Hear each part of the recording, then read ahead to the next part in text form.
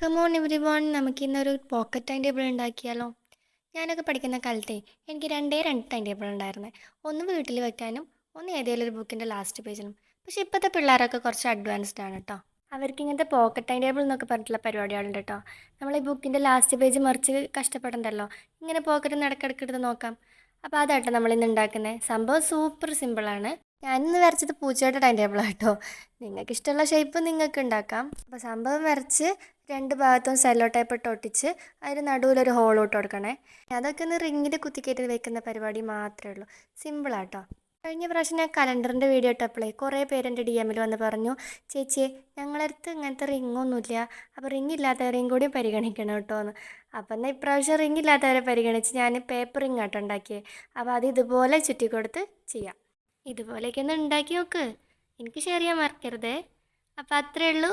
By. Like ചെയ്യണേ.